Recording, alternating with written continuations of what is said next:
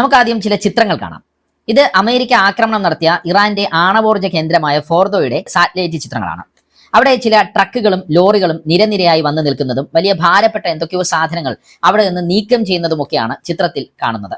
അതായത് അമേരിക്ക ആക്രമണം നടത്തുമെന്ന് അറിഞ്ഞുകൊണ്ട് തന്നെ നിർണായക ആണവോർജ്ജ കേന്ദ്രമായ ഫോർദോയിൽ നിന്ന് ഇറാൻ സാധന സാമഗ്രികൾ മാറ്റി എന്നാണ് ഈ ചിത്രത്തിലൂടെ നമുക്ക് മനസ്സിലാക്കാൻ പറ്റുന്നത്. ആണവോർജ്ജ നിർമ്മാണത്തിനുള്ള സമ്പുഷ്ടീകരിച്ച യുറേനിയം ഇല്ലാത്ത ഫോർദോയിലാണ് അമേരിക്ക ആക്രമണം നടത്തിയതെന്ന് സാരം. ഇതുപോലെ അമേരിക്ക ബങ്കർ ബസ്റ്റർ ബോംബുകൾ ഇട്ട നദാൻസ്, ഇസ്ഫഹാൻ ആണവോർജ്ജ കേന്ദ്രങ്ങളിൽ നിന്നും സാധന സാമഗ്രികൾ മാറ്റിയിരുന്നുവെന്നാണ് ഇറാൻ പറയുന്നത്. ഇപ്പോൾ പുറത്തുവന്ന സാറ്റലൈറ്റ് ചിത്രങ്ങൾ ഇറാന്റെ വാദങ്ങളെ സാധൂകരിക്കുന്നതുമാണ്.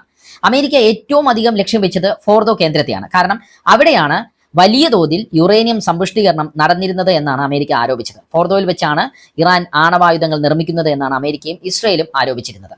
പക്ഷേ വലിയ മലയിടുക്കുകൾക്കിടയിൽ സ്ഥിതി ചെയ്യുന്ന ഫോർദോയെ ആക്രമിക്കാൻ പലതവണ ഇസ്രയേൽ ശ്രമിച്ചിട്ടും അതിന് കഴിഞ്ഞിരുന്നില്ല. അതോടെയാണ് ആക്രമണത്തിലേക്ക് അമേരിക്കയെ എത്തിക്കാൻ ഇസ്രയേൽ സമ്മർദ്ദം ശക്തമാക്കിയത്. പക്ഷേ അമേരിക്കയുടെ ബങ്കർ തകർക്കുന്ന ബോംബുകൾ കൊണ്ടൊന്നും ഫോർദോയ്ക്ക് കേടുപാടുകൾ പറ്റിയിട്ടില്ല എന്നാണ് ഇറാൻ കേന്ദ്രങ്ങൾ പറയുന്നത്. ഇക്കാര്യം ചില അന്താരാഷ്ട്ര നിരീക്ഷകരും ശരിവെക്കുന്നുണ്ട്. മാത്രമല്ല അന്താരാഷ്ട്ര ആണവോർജ്ജ ഏജൻസിയും ഫോർദോയിൽ നിന്ന് ആണവ വികിരണങ്ങളുടെ ചോർച്ച ഉണ്ടായിട്ടില്ല എന്ന് സ്ഥിരീകരിക്കുന്നുണ്ട്.